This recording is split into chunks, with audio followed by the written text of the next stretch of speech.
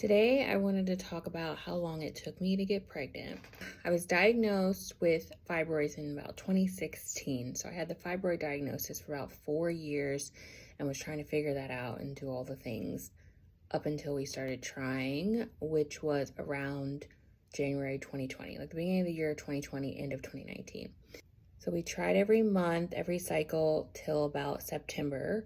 And September is when I had the HSG test and all the labs and things like that. And that's when I figured out I had the blocked fallopian tubes.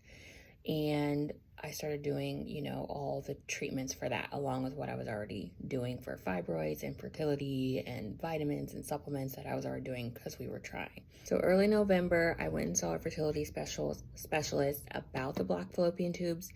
And she didn't want to do any type of IVF or fertility treatments or anything like that until I got my fibroids taken out. And she counted, funny thing, she counted like before, even though I said I had been trying since January, she counted even before that because we were doing the withdrawal method, me and my husband and I. So she was even counting like, oh, you guys have been trying or technically infertile for longer. So take with that what you will. But technically weren't trying, and I wasn't tracking ovulation and things like that till January 2020.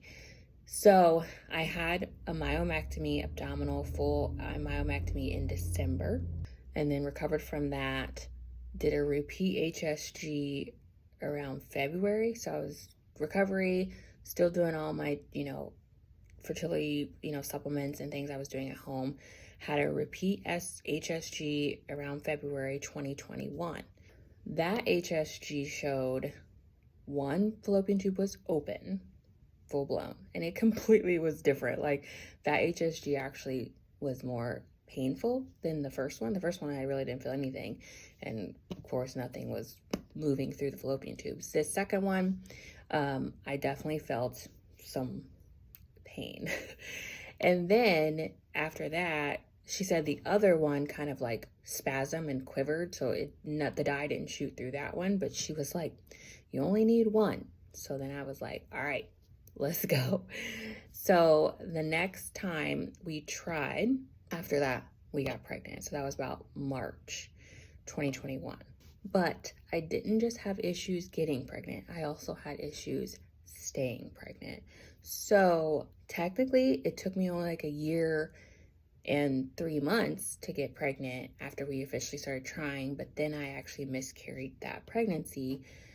And I found out at my, I believe it was 9-week ultrasound. I was right before my birthday. So it was in May, like May 5th or whatever, because I ended up having a DNC the day before my birthday. I think it was like May 6th, May 7th. My birthday's May 8th.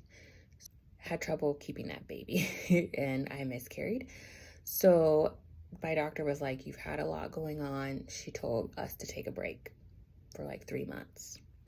So that summer, we took a break. We didn't really try. I was a little more laxed on everything I was doing. I just didn't want to stress about trying to get pregnant. So we had fun, hung out with our friends, just not worried about getting pregnant until September. We started up again. And I cleaned up my act about August, September. I wasn't drinking. I was eating super healthy, fruits and vegetables, greens, smoothies, like all the things I was doing before, but just even turned it up a notch. With me and my friends, we were doing like some challenges. I was exercising. I was just on it. And it was nice to have a break actually, because then I came back full force. So then I got pregnant in like late September. And I was so excited. I took an early pregnancy test though. So I took it really like a couple days past ovulation. I wasn't supposed to get my period yet before my missed period. So I got a positive though. I was so pumped. And I was sitting in a training for work and I started to bleed a couple days later and technically getting my period. And I was like, shoot. And then I took more pregnancy tests as days went on and the line started to fade. So it was a chemical pregnancy. I even confirmed it with lab work at my doctor's office. And so I lost that pregnancy as well. But I was so hopeful because before I couldn't get pregnant and now I was. So I was like, all right, I'm getting pregnant, so I can get pregnant. Now I just had to figure out how to stay pregnant. The next month, I was continuing to, do all the things, all the right things, tightening up my diet. And I did a 28-day challenge that Heather Rodriguez from naturalfertilityinfo.com had. She has this like fertility challenge, smoothie diet challenge, something. It was a fertility diet challenge that she hosted.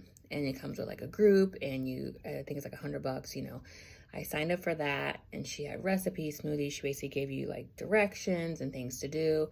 I'm doing fertility affirmations. I'm doing all the things.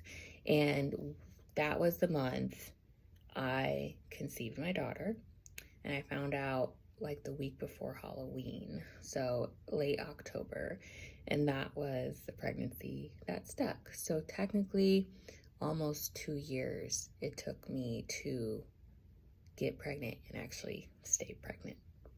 Let me know if you have any other questions.